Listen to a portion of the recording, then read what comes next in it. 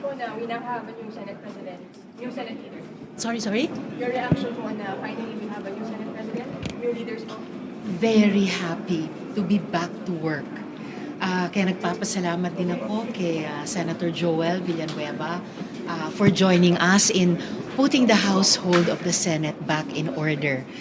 So naihalal na namin si Senate President Sherwin Gatchalian at si Senator Tito bilang SP Pro Tempore. Nakapanumpa na rin si Majority Leader Migs. And kita nyo naman sa unang kalahating araw pa lang ng special session, napaka-productive muli ng Senado. I'm so happy na na-approve na on second reading ang Magna Carta of Barangay Health Workers at umaasang mamayang hapon sa pag-resume namin ay gayon din maiusad namin yung anti-hospital detention bill at yung anti-online sexual abuse and exploitation of children amendments bill.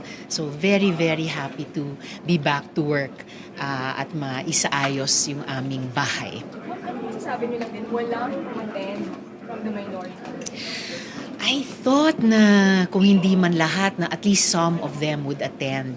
So umasa sana ako doon. It was, again, a sad thing, a disappointment na wala sila kanina. Dahil tungkulin naman naming lahat ng mga senador, whether sa majority o sa minority, na dumalo, no, lalo na sa isang special session para isettle yung usapin ng liderato, iusad yung mga bills na nabinbin ng 5 linggo na. Mabuti, I hope some of them will be participating sa Commission on Appointments, hearings at plenary ngayon para dinigin at kumpirmahin yung mga karapat-dapat na national defense and diplomatic appointees. Ma'am, your message to them na lang po, siguro, sa minority. Your message na to men na lang sila. Well, isa kasi sa sponsor din kaninang mga resolution ay para patuloy na suportahan yung relief at saka rehabilitation ng ating mga kababayan sa Mindanao. And meron namang standing na panawagan kami sa majority, sa mga kasama sa minority na sabi namin, let the whole Senate stand with Mindanao. So sinimulan na namin mag-ambag ng tig-1 buwang sweldo. That is a standing invitation sa mga colleagues namin sa minority. And moving forward, lalo na po settled na yung issue ng paghalal ng Senate President after we declared all seats vacant a few weeks ago.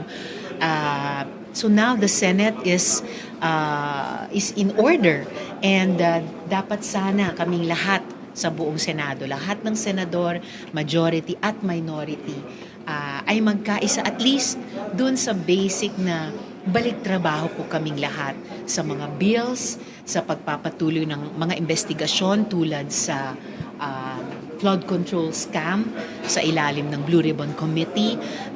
Ilang buwan na lamang ay tatrabahuhin namin muli ang isa pang higit pa na transparent at accountable na budget at syempre yung trial proper ng impeachment trial. Pero ma'am, yesterday nag-file sila sa Supreme Court questioning yung nangyari ng June 3. So will the Senate really be in order? Anong nangyari? The Senate is in order.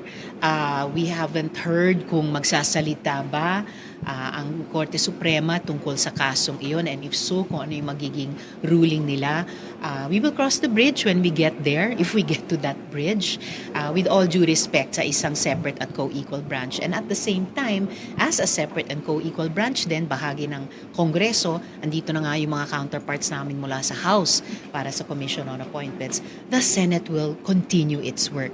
We are very glad to be back to work at kami po ay magsisipag sa aming trabaho, habulin yung mga nabingbing trabaho nung nakaraang 5 linggo at patuloy na magsilbi sa ating mga kababayan, lalo na sa patuloy na gera sa Middle East at oil crisis. Sen, paano kung hindi kayo bothered dun sa petition?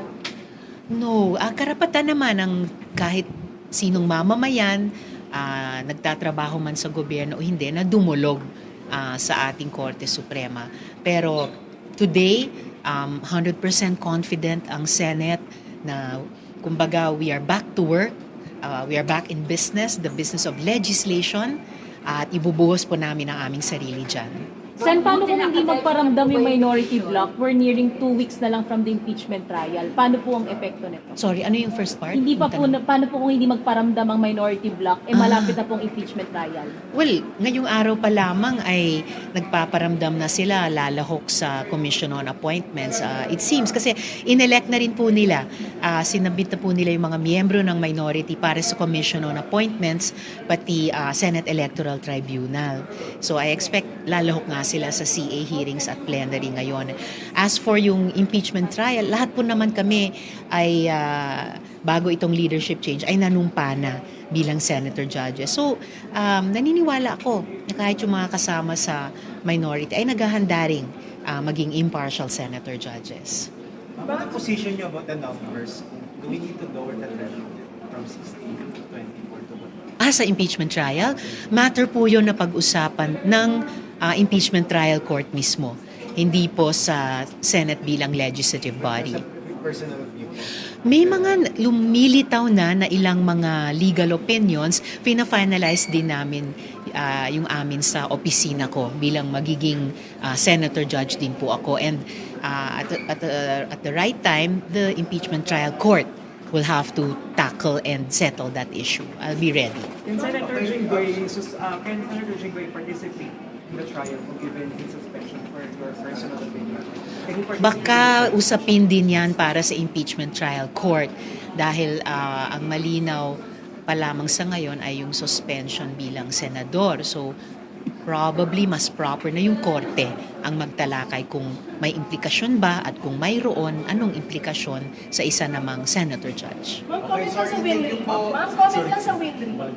Kasi comment lang sa win rate. On social media, initiate ka saka si Senator Win, ma'am. Baka lumakas dahil nga ngayon Senate President ang Senator. Senate President Gatchalian is strong on his own merits. Lahat po kami sa majority really fought para mahalal namin siya ngayong araw.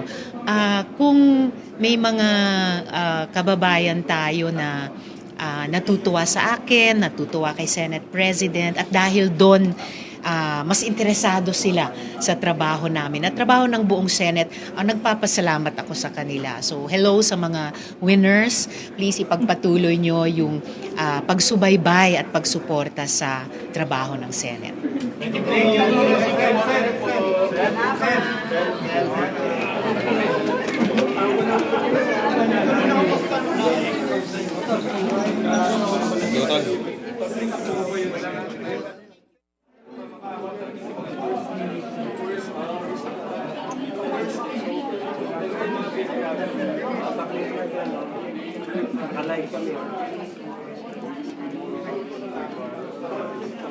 Yung may